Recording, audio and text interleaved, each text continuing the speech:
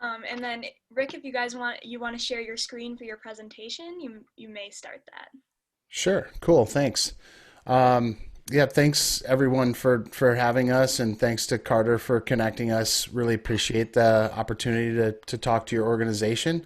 Um, I'll go ahead and share my screen. So my name is Rick Coughlin, and I'm here with my partner Brett Crandall. He's also a co-founder and chief architect.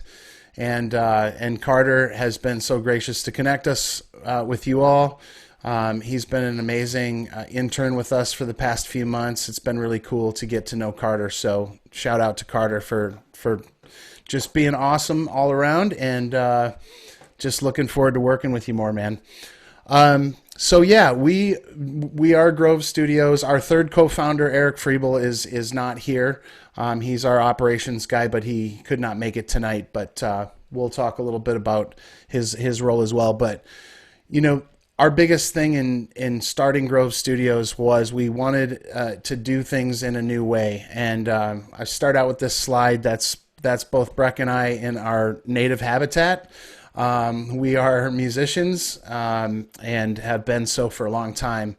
And we just really believed that there was a better way to do things to service, creatives and not just musicians, but other creatives that work in and around sort of the ecosphere of musicianship. And that includes podcasters and so forth. So just a little bit of background on kind of our thinking about Grove Studios and then what we actually do. So, we one of the things we realized is we sort of live in this subscription economy. Everybody has some kind of subscription. It makes it more affordable, a little bit easier to access some of the things that we want to access. And we knew that like things are shifting all the time. And it used to be that companies that provide services or they sell products, they sort of, that's what they did and that's what they focused on. And it's shifted over time into, products and services, services with your products. And then, a little bit more like customer centric thinking into what we believe is just really just a relationship centric kind of idea. How do companies work with the people that buy their products or their services? And so we've thought a lot about this and how we do things and making it easier for people to access. But we know that people have new expectations, generationally speaking. In starting, dating myself a little bit as a either an older millennial or a younger Gen Xer. I'm sort of in between that. But I also experienced the same thing. It's like, look, we don't do things the way we used to do. It's very clear. We also can't necessarily afford things the way people used to afford them. And so we have these different expectations, and sometimes it's not about ownership, right? Like I might own the house I live in, but for me to build a studio in my house and spend the money and the capital to do that, it's not a really reasonable thing for me to do. But at the same time, if I'm going to pay for something, I don't want this generic thing. It needs to be fitting to what I actually need. And I don't want the idea of I'm paying for this thing, but eventually it's going to be obsolete and then I'm just going to have to shell out all this money again. So it's this idea that we operate in a way that's continually improving. And we also know that and this is across all industries, right? Like 80% of customers are demanding new ways to consume things and affordable ways to do so.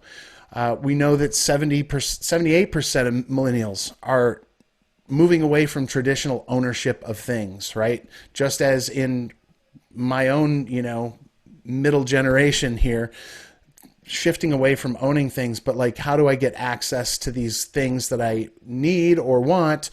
And then just knowing that like the subscription economy is something that's grown like exponentially over the last 7.5 years. And in the last 20 years, it's insane. Like the way subscriptions have sort of risen and gone up. And we thought, how do we fit in that as a company, and how do we provide the that we can provide given the resources that we have. And we know that this is changing on across every industry, because this is based on how the markets work. But all of these super important things in our economy are moving this way. So why wouldn't we do that as a studio business? We're moving away from a traditional studio model to lower prices and better meet the needs and demands of creatives everywhere. And so, we thought about like, well, what is the common thread? And it's like actually the common thread is we understand that people want a subscription experience for a number of reasons, right? We want that ongoing value if we're paying for something. We want to have memorable experiences, and we want it now, and we want it to be simple, right? Like a few taps on my mobile device and I should potentially be able to get it. That's actually a good thing for my life. And it can be anywhere, it can be real time, and we can get there. And at the same time, like, it should be personalized in a way that matters to me. And so we're not focusing on the customer or the client at the end of the chain of things. We put them at the center. And that's literally all we try to think about is how do we meet this person's needs and still have, a sustainable business. And so all these businesses think about how do we price things and how do we market things and how do we sell things and all of the things that go into business. And artists have to think about this too, because as an artist, you are essentially a small business owner if you're trying to carve out a career as an artist. And so it's less about all of these things and more about value in pricing and how is the experience and are we solving people's actual needs or wants? And, what is the lifetime of being engaged with someone for a lifetime, or the lifetime that they're still involved in being an artist and producing and being a creator. And so for us, it's really more about deep relationships. And that sort of goes, that's kind of like the iceberg, right? Like that's everything we think about underneath that. And then it's like, what do the people that we actually provide services for, who are these people and why do we think about them? First and foremost, all of the co-founders are all artists. We've all been professional musicians for 25 plus years. It's part of our identity. It's never going away. I don't golf. I don't play, sports or, I'm active, but I don't, I'm not involved in that. There's a lot of things I don't do so I can still be an artist and still carve out some part of a career. But all of these frustrations are things I personally experienced, and we've all personally experienced as an artist, as a creator, is accessibility and affordability to equipment and space. That's often a challenge, right? You can only do so much in the confines of your room or your apartment or wherever it is that you live. Many of us, like these guys in the picture, have spent, if you're a musician, you're relegated to some kind of basement or garage, even as a visual artist or something else, right? So you're exposed to the elements. It gets cold in the garage. We've spent plenty of time. I'm sure we know plenty of people that either have spent time in the garage over winters, trying with space heaters and all of those things. And then we also know that there are a lot of other forces that affect our ability to even rent affordable space in other properties, as there has been increasing urbanization, and the rising cost of real estate.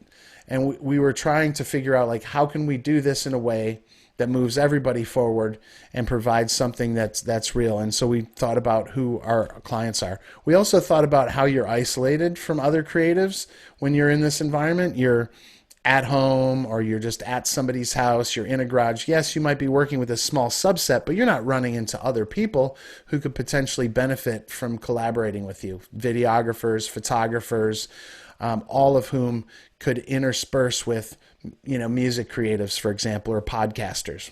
They need those co-services to get along and do what they need to do. And then, we also, obviously, with COVID and everything else, we realized that virtual events have been a thing for a long time, and the trend is rising. Like there are more virtual events. Obviously, we'd like to get back to some more live events and some in-person events. We value that, but we do know that there are people that maybe can't make the event. They live out of state. They might have accessibility issues because of physical disabilities or being immunocompromised, but they'd still like to experience seeing things happen and being involved.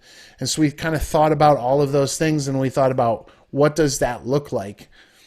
How do we build something that's for people? And that's really why we built Grove Studios. And so the way we addressed it was we are a 24/7 subscription-based and self-service rehearsal space for DJs, and not just rehearsal, but recording, DJs, audio, video production. And we just make it easy for people to book in an automated way. And we also provide for the musicians who are engaging with the space automated recording. And then we have recently unveiled live audio and video streaming in one of the rooms that can be self-service. So in other words, it saves you money if you're technical enough to use that equipment. And it's simplified equipment. So we kind of pulled all of that stuff together into the model. And really, we do that with a number of things. A lot of it is sort of technology enabled. We don't staff the site. And we provide all of the equipment in the studios outside of computers. People bring their own computers and sort of plug and play into all the equipment we offer. And so in doing that, we set a vision for what these studios will look like. And this is sort of where Breck comes in.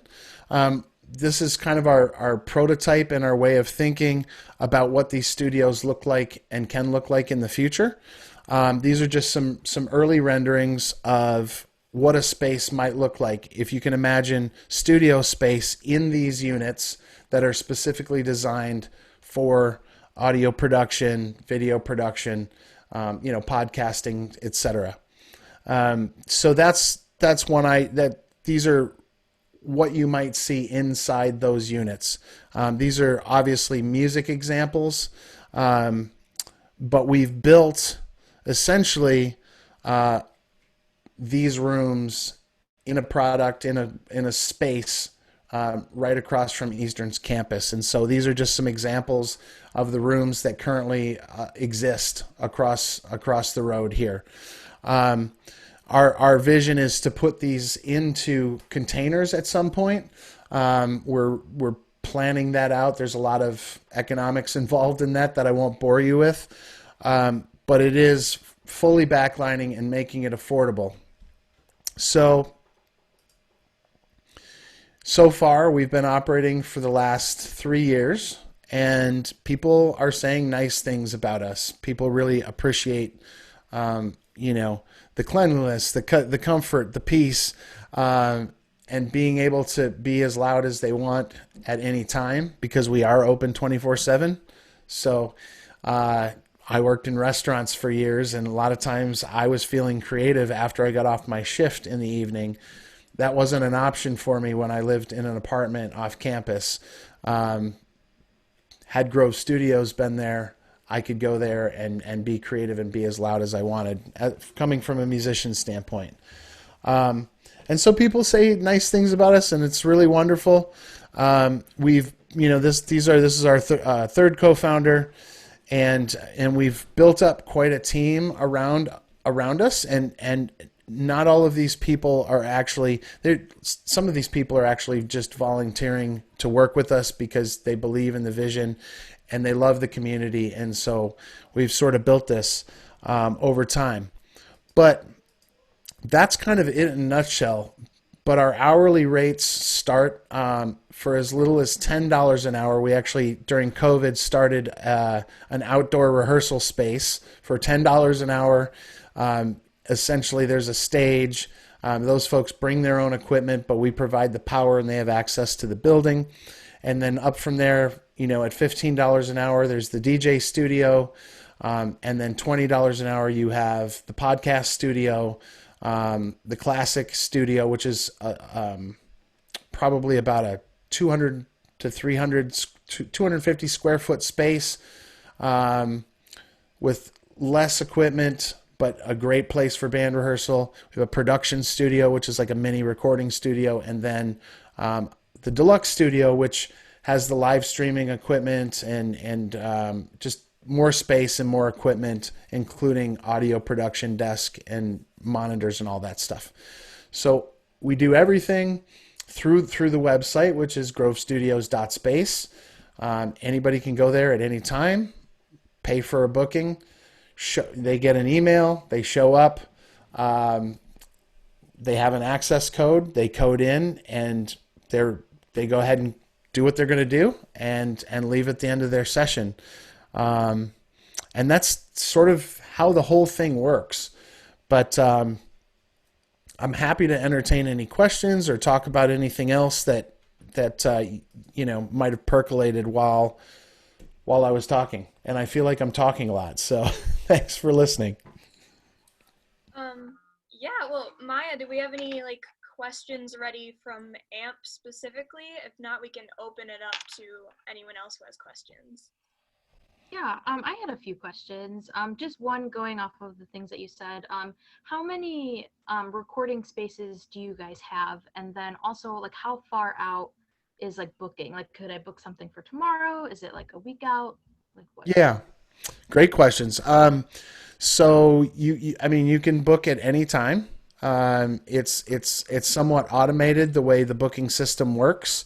So that's part of the benefit of our model is that there's nobody on site or that staffs the studio. So it makes it easy to say, oh, it's enough to figure out can this group of people book at the same time to get this group together.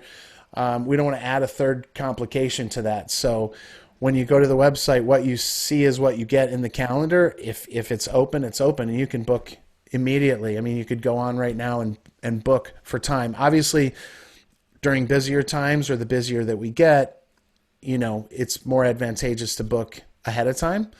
And then there was how many spaces? So we actually have 5 spaces in the building that we're in. So we have 2 live band rooms, which is the classic and deluxe rooms or studios. We have a third, which is a production studio, which is really geared towards any kind of audio production. We have quite a lot of hip hop artists tend to use that room because they really need just monitors, computer screen, some nice microphones, comfortable places to sit, and that sort of thing to do recording. It's great for singer-songwriters or voiceovers or whatever kind of audio production. Then we have a DJ room, which is set up specifically for DJs with, the equipment that DJs prefer. We have industry standard CDJs in there. And then we have a podcast studio that's set up for 4 people to come in and podcast in a professional podcasting environment. And if you go to our YouTube channel, for example, you can see some examples of productions that have happened in different spaces from the studio. Primarily, we do tend to use the deluxe studio for large band performances, and then the podcast studio for the podcasts. And we broadcast those, a lot of those on our channels, but there are other people that come in and they just broadcast on their own channels. So I hope that answered your questions. It does, yeah, thank you. Cool. And then pictures that you have up here on the screen right now, are these future plans that you guys hope to create? Yeah, they are future plans that we will get to, but yeah, I mean this kind of planning goes back a few years. So yeah, Breck, I don't know if you want to speak a little bit more about this part here. I would love to speak more about this if anybody's interested in it. Yeah, talk about the plans. Yeah, of course. So just a little bit of background. I'm one of the co-founders of Grove Studios, a lifelong musician, as Rick said, but I'm also the director of design at an architecture firm based in Detroit. We are called 3 Squared Inc., and we make buildings out of shipping containers. Now, the time that Grove Studios started, Rick and I met. He was looking for an architect to kind of draft up some visualization designs. I was working on some other projects utilizing containers, and the ideas kind of merged. We arrived at modular units very quickly, and shipping containers actually have a number of innate benefits that are very useful when used as studio space. Because they are wind and water tight, sound acts a lot like water. And so it makes them very useful for controlling the sound leaking out of the containers, but also they're kind of globally used for shipping and receiving. So they're easy to get a hold of, but they're also easy to move around. And so the idea of having a modular rehearsal studio that can be relocated quite easily became kind of one of the driving factors of everything that Grove did from there on out. So what we're doing right now at 884 Railroad is actually kind of a prototype, if you will, to test the model and to work out all the kinks and to have a space to kind of create and to test different examples. That's why we have 5 studios with 5 different uses. And then we're developing the container model alongside that so that we can launch satellite locations, looking at areas like, Metro Detroit, to launch a satellite location while we keep our home base here in Ypsilanti. And so this has always kind of been the vision of Grove's growth from this point forward, is to launch satellite locations utilizing the container model. And we are closer than ever to actually achieving that. So we've actually finished all of the engineering and architectural documentation. I've actually got some updated renderings that I need to get over to Rick so he can flip them into these presentations here. But we're really, really excited about rolling out the demo unit. It's definitely going to happen this year. We're not exactly 100% sure whether it's going to be located in Ypsi or if we're going to send it somewhere else to begin with. But we will have, the first studio inside of shipping containers completed in 2021. So we're really excited about it. Thanks, Breck. Yeah, and because we've started out here in Ypsi and Washtenaw County, we really continue to focus on the idea of, as the company grows, that we keep our headquarters here, because for obvious reasons, maybe, or maybe not so obvious, but the talent that comes from the universities that lives in these towns, that will need we'll need folks to help us scale this vision in order to do these satellite locations. We have this big, hairy, audacious goal that we talk about, or the BHAG, that we want 200 locations. Well, that has to happen, and we can't have a huge staff in every location. It's going to require a strong central location, people that obviously know the arts industry, but also we'll need web developers. We'll need people with lots of different skill sets to sort of manage the broader vision, because there is a lot of technology involved in what we do now. Even at our current location, where we've been able to test and refine all of the processes that at the end of the day make it easy for artists and creatives to get in and just get their work done at a price point that makes sense, right? Where we're not struggling to create in our kitchens and our bathrooms and our garages and wherever else we carve out space to do it. That was really important to us. Like it has to be affordable, and it has to be great. So that's really what we focus on. Yeah, that's awesome. Are you sharing anything else within this presentation? If not, you can stop sharing it if you'd like. Yeah, that's it. I'm done showing the pictures and all the things. So for sure, stop share.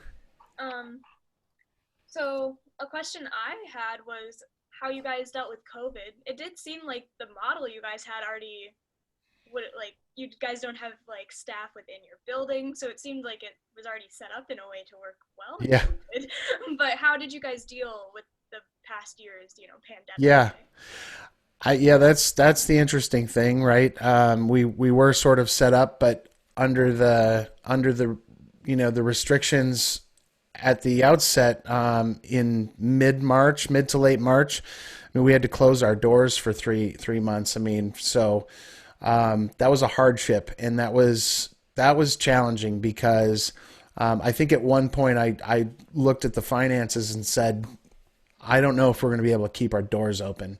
Literally, I was having thoughts of like, how do, I'm Googling like, how do businesses file for bankruptcy, and that kind of thing. And I quickly got out of that mindset, because I said, I can't let this go. There's too many people. To give you some idea, like in the last 2 years, we've probably had over like 1,800 bookings. And there's a lot of people that like rely on this space. And what I saw was that happened many times before. There were other rehearsal studios and other concepts like this that came through Ypsi over the last 25 years.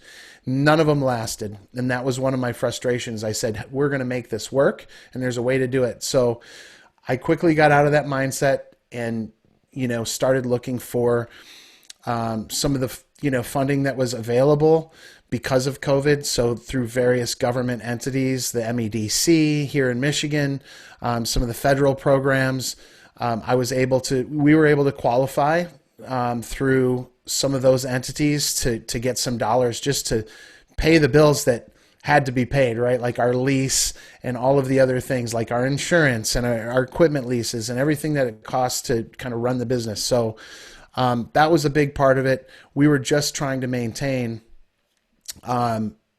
being able to keep the brick and mortar there so that when we could come back and start operating again, we were on better footing.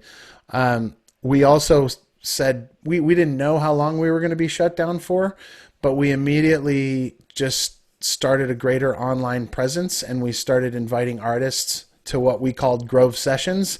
And like, if you scroll way back down in our YouTube, feed, you'll see like some of our early attempts at doing this through Zoom. And we just started doing things because we were blindsided, right? We didn't have a plan, but it was important to us to find ways to still support the artist community. And so we were interviewing different kinds of artists and having them perform, and kind of started this pseudo live podcast where we were just doing it live. It was literally like, just, okay, we're going to do this now. And that actually turned out to be really cool because it just helped us engage with the community more and helped us build something that we already wanted to build, which was something that would showcase artists anyway. So it kind of forced us to do it sooner than we were ready to do it.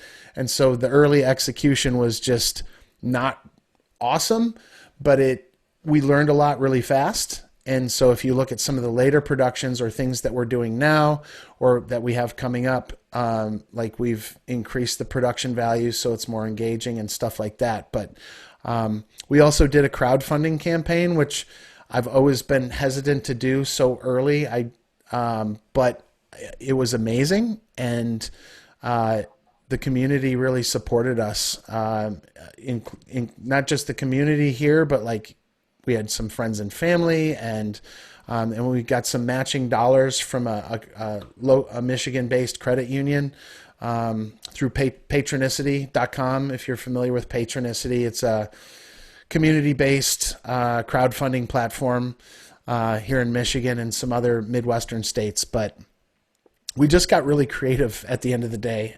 Because we are creatives, we kind of thought, well, this is what we can do, and this is how we're going to do it to preserve the resource that we built for the community and other communities that we want to be a part of. So, and coming from the marketing side of things too, I guess for people who joined in a little late, I'll introduce myself real quick. My name is Carter. I've interned with Grove Studios as an arts admin and marketing intern. I know we did a few things too. I know Max Presner, who's the marketing manager for Grove Studios, and I. So like recently, we just had like an up viral campaign to get more people to kind of understand what we do in the studio, to see what we do on social media. I keep hearing myself like repeat, so that's throwing me off a bit. I'm muted. But anyhow, we've really done a lot in terms of giving back to these artists that also utilize studio space too.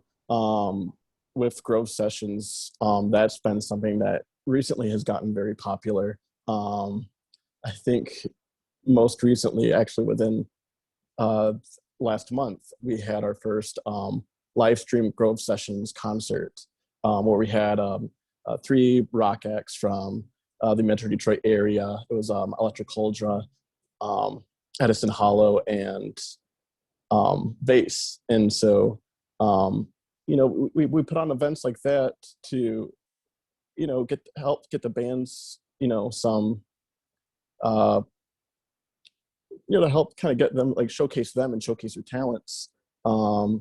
It's great too, because it does show people, what what the space has to offer. And I know Rick touched up like a little bit on the podcast, but we featured a lot of Ypsilanti and Ann Arbor and Detroit area artists on various podcasts that Lori Stratton does the Stratton Setlist podcast, which she'll speak with a lot of area artists. John Bomarito as well, with his podcast Acoustic Alternatives. He'll focus on a lot of area musicians as well. And then most recently, Rod Wallace, who also works with Eastern Michigan University, recently just started a podcast too, where he speaks with a lot of different creatives in different fields, primarily about hip hop music. So that's kind of what's also like what we've been doing to really showcase a lot of the local talent in the area, especially during this time of COVID.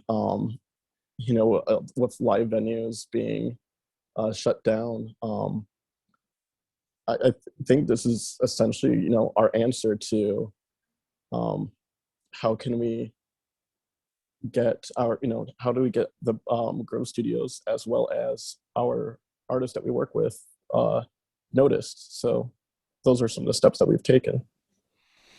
Yeah, it's a great point. And we, prior to this last show that Carter described, it was a ticketed event. So basically we would go live from one streaming setup onto social media.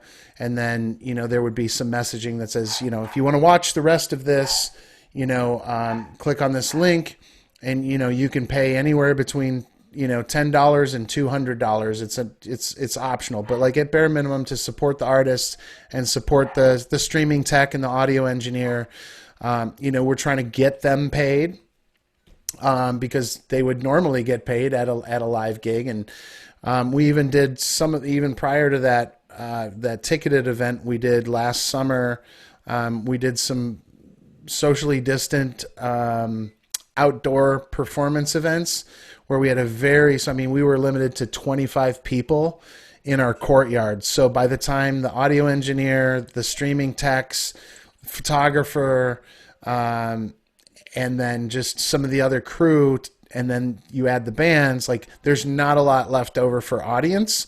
But we did have some folks that came out that felt comfortable being outside, keeping spread apart in pods, masking when you left your, that sort of pod area where you're sitting down to enjoy music over the summer in the courtyard.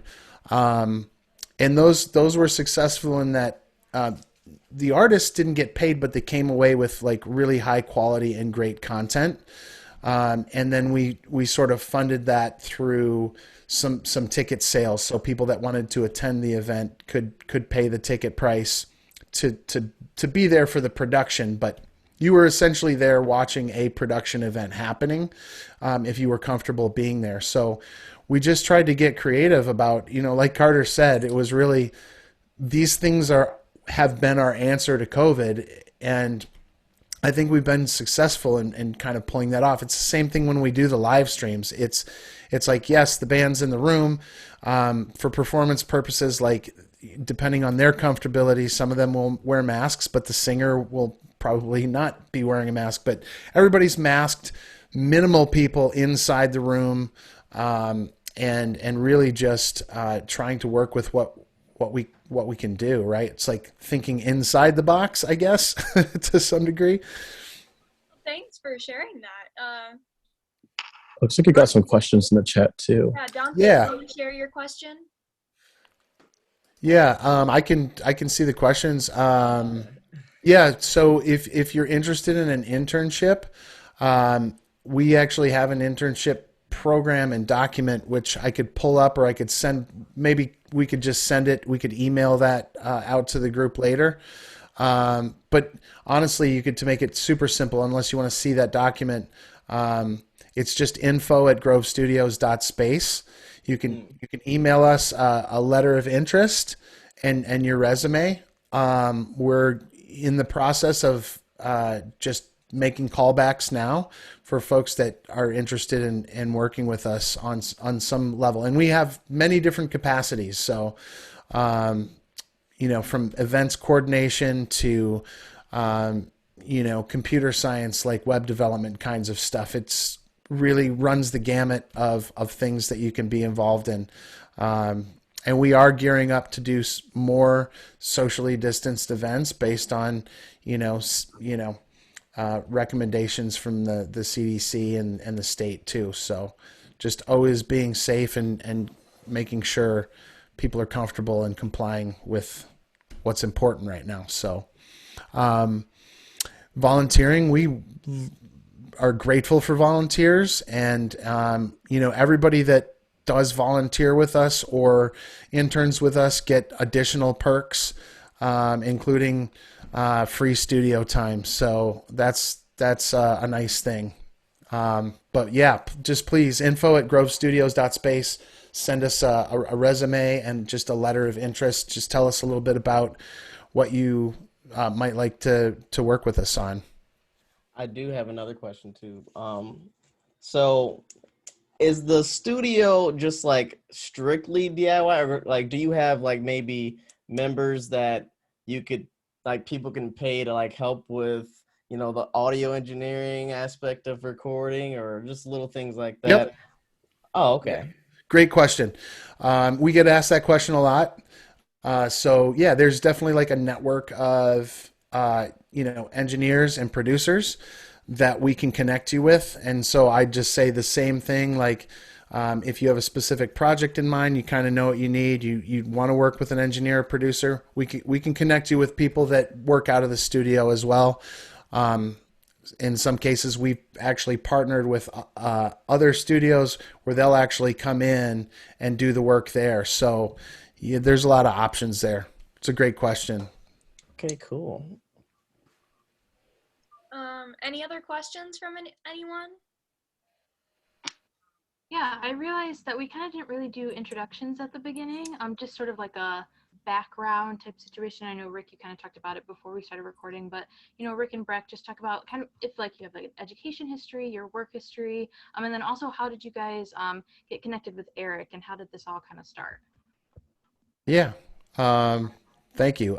So I might have mentioned before that I'm a EMU alumni. I've been actually, I'll just say I've been here in Ypsi since 1994. So I love Ypsi, love Eastern, great experience. I was actually an educator for 10 years, and then I worked following that I worked in IT as a professional trainer for teachers and technology. And so I kind of went down a rabbit hole of technology and integration and Internet of Things technologies, which helped me realize like there was a better way to sort of manage a lot of that stuff, because I was essentially managing technologies within an IT department. So that was part of it.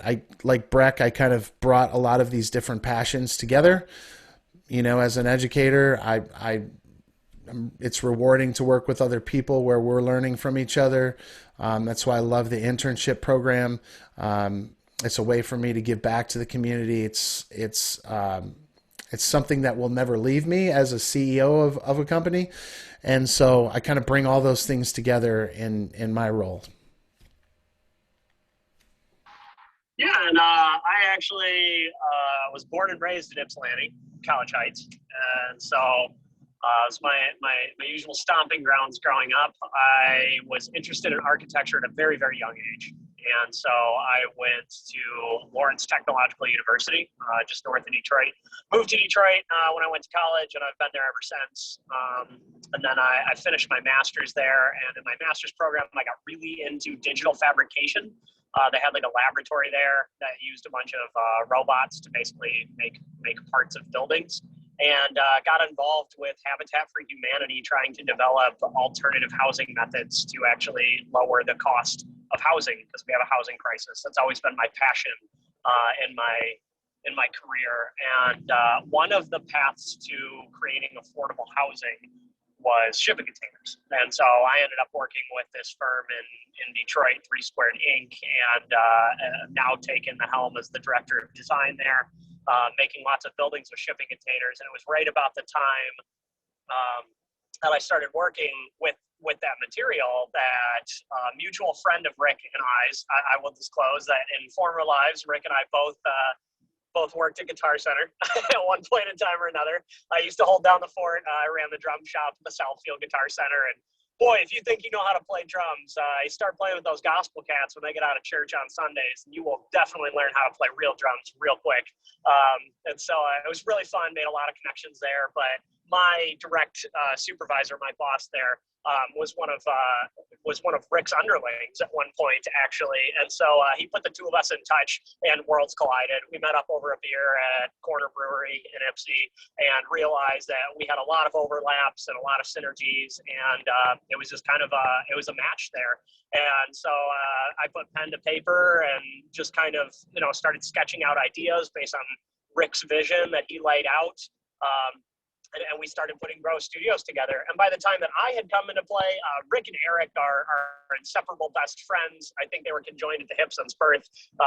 But they were already in cahoots on this, and kind of had this idea cooking that they wanted to put this together as friends, as part of their friendship. And I'll turn it back to Rick to kind of fill in the gaps there. I love the way Breck tells it. I've known Eric for a long time. Probably at least 15 years. We played in several bands together.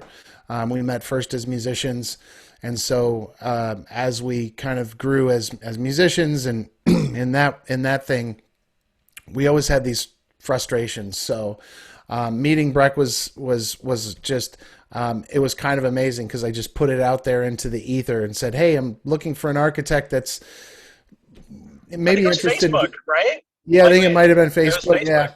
Yeah. And our mutual friend kind of connected us, and I think it's just a good example of not being afraid to put something out into the ether, even if you're maybe hesitant, because at the time, what we early came up with was not what it has become necessarily. It's been iteration the entire time. So we've all been learning. We're all still constantly learning. Before this meeting, we were being schooled by someone from the SBDC on how to become better CFOs of our own company, and looking at a really large spreadsheet. So, it's definitely, despite any of our individual backgrounds, you can always learn more, and you can always gain new skill sets. That's basically what we've been doing. I didn't go to business school, which, there are learning curves involved if you didn't and you want to start your own business. But even as artists, I think the more we can learn about the business side of things, it's really important. And I think I think there's a lot of us out there that may not take that part as seriously, but I think we do need to. And you're a bunch of bright young professionals yourself. You probably already realize this. I didn't realize that at one point in my career. And so Yeah, it's really a great environment. We get to meet people all the time with that have these skill sets. The creative brain and the analytical brain can go hand in hand. Yeah, that and being open to change is really huge. I mean, when we started this, four and a half, 5 years ago, we were aiming to start a rehearsal space, right? And that rehearsal space, we never in our wildest dreams imagined that it would spawn radio interviews and podcasts and DJs and a fellowship and all of these different subcategories that have spawned from Grove. Just having a community space, and like we attribute that to the people. I mean, it really it takes a team, and we didn't know that. Like, we are well aware of our knowledge gaps, and we are open to admit that. And Rick, Eric, and I complement each other well, but boy, there are still a lot of missing pieces. And so it takes people like Carter and the rest of the crew that's joined. I mean, when we have our all-team meetings, I am just blown away and humbled by the people who have gravitated towards us just because they like what we're doing. Not because they're making noodles of money, not because, we're changing the entire world, though, maybe eventually we hope to achieve a little bit of both. But like right now, I mean, it's a startup, and we've got a lot of the best and brightest people. I mean, I am proud to be the dumbest person in the room whenever we all meet. And that's just a testament to, having that guiding light, and also having the leadership of Rick here has been a huge asset to us. But this team is absolutely incredible, and we like what we're doing, and we like where we're going, and we're only getting bigger from here. Awesome. Thank you, guys. So the last question I have just on the amp side is, what instruments do you guys play? I'm a guitar player.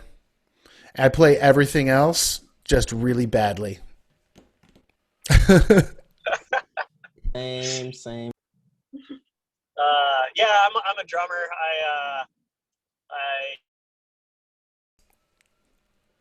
He's a great drummer, by the way. Because drumming comes natural. Oh, thanks. Yeah, I drum for the classical metal band Midas, based out of Detroit. And classic metal it's a hard thing to wrap your head around. So I'll say it's halfway between Judas Priest and Thin Lizzy. And they are fantastic. So I highly recommend if you're into that genre of music, even if you're not, you kind of have to see these guys perform. I'm gonna plug Midas there. We all still I play in a band with Eric. Eric is also a drummer, so it's kind of fun that I get to be in this co-founder band. Even though we've never played together in that way necessarily, but I've always wanted to play with two drummers at the same time, like, the Allman Brothers or the Grateful Dead or something like that. So that would be wild. Well, it's already, it's two drummers teaming up on one guitarist in any conversation. So we already got that going for us. Yeah. Yeah, does anyone else have any questions?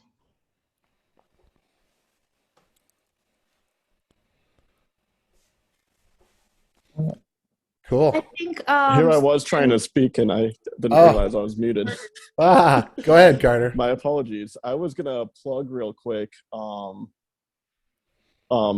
Eric and Rick's band and Breck's band. But so I actually recently created a Spotify playlist that's on Grove Spotify, and it has their band's music is on there, but a lot of our clients' music as well. So it has everything from rock, metal, pop, hip hop, indie, pretty much all genres imaginable, even some folk.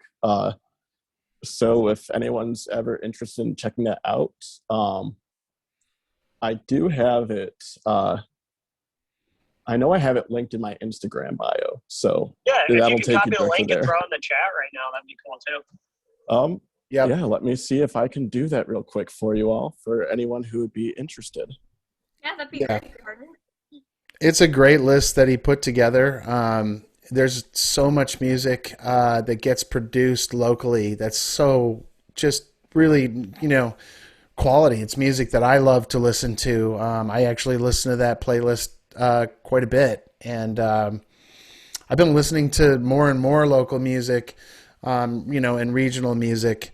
Especially, it's very cool because these, if you come to the studio and stuff, you start to see these people around and, or recognize them in the streets or whatever. And there's some artists that are just doing some incredible work on a local level. And it's why we started. We knew that would always be a thing. One of the reasons I moved to this community originally was because I knew it was connected with Ann Arbor, and University of Michigan was not my path, but I was like, man, Ypsi is right there, and EMU is an amazing school. I wanted a smaller college experience. I didn't want to go to a huge university anyway, and so it was just a good fit. But I have always loved the energy that the universities and colleges in this area have brought to it, and it's really cool. And furthermore, wanted to start a company as I got older and started moving away from public education. Wanted to build a company that would be headquartered here, that would be engaged, here, and hopefully snag some talent before they move to, New York or Nashville or wherever.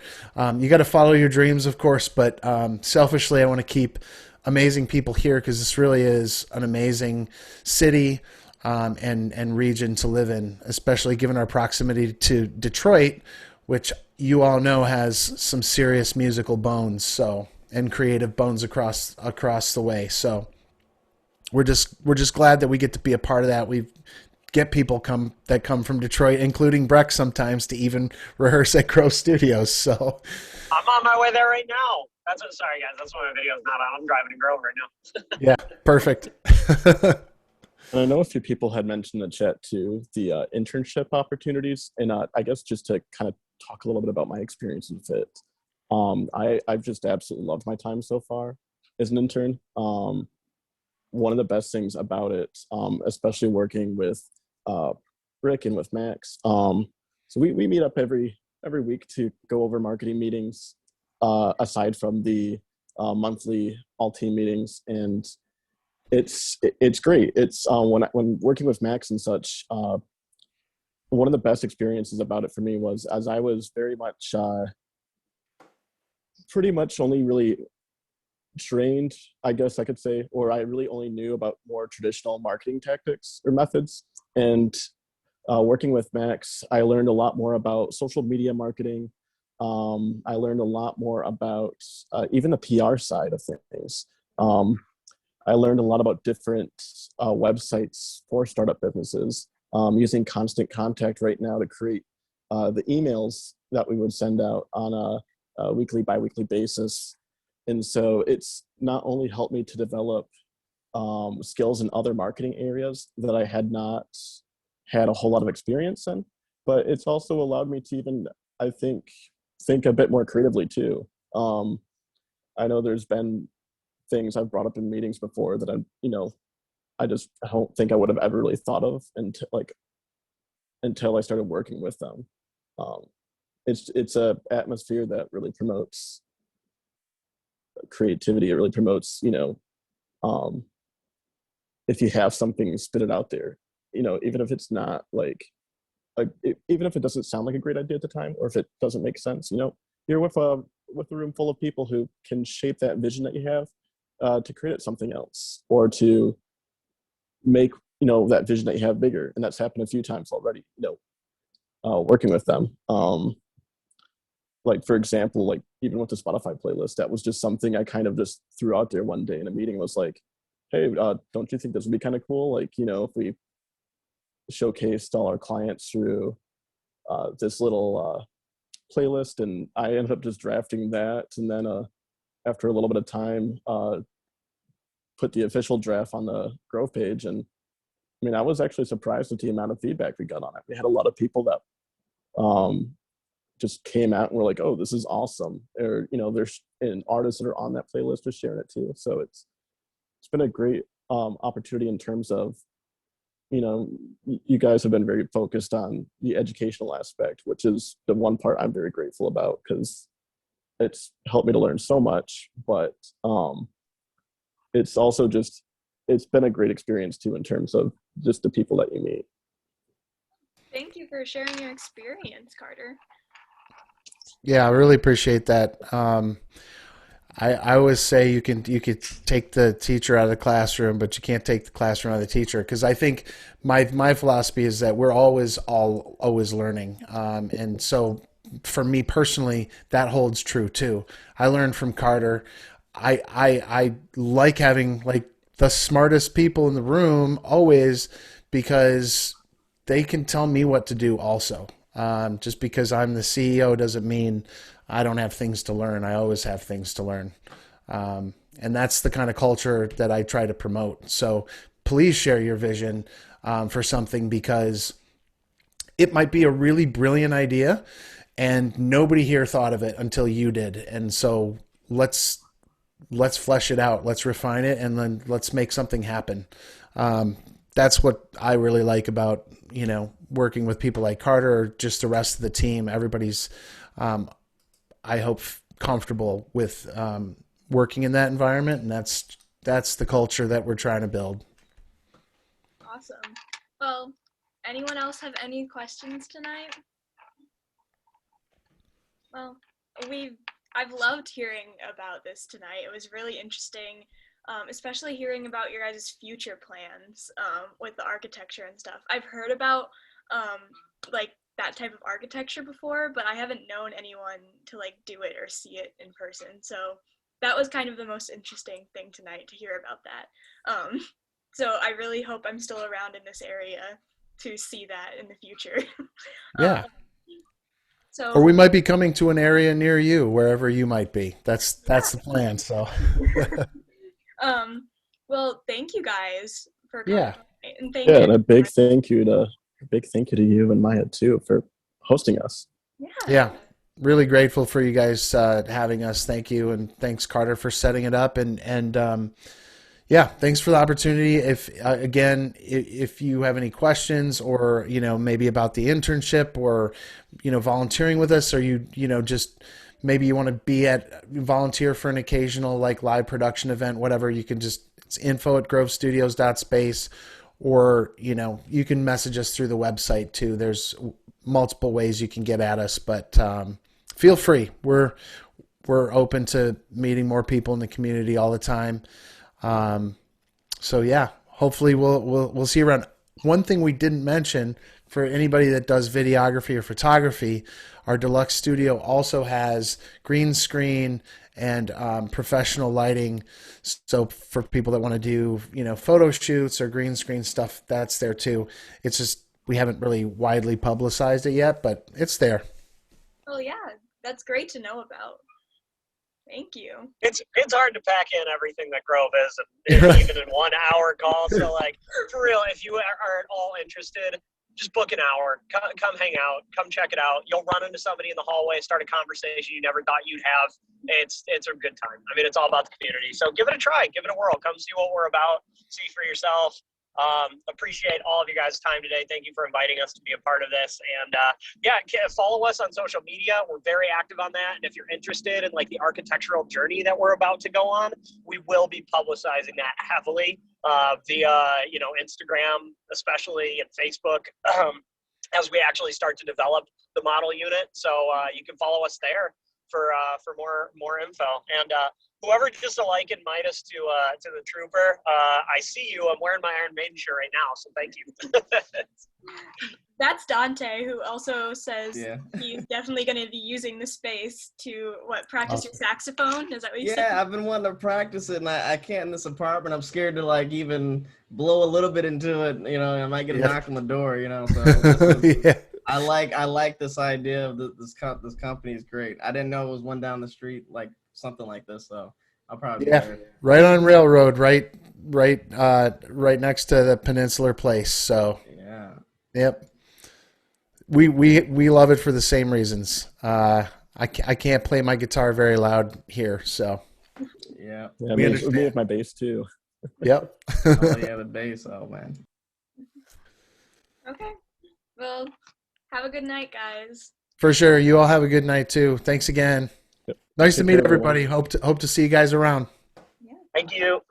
Thanks, guys. Bye bye.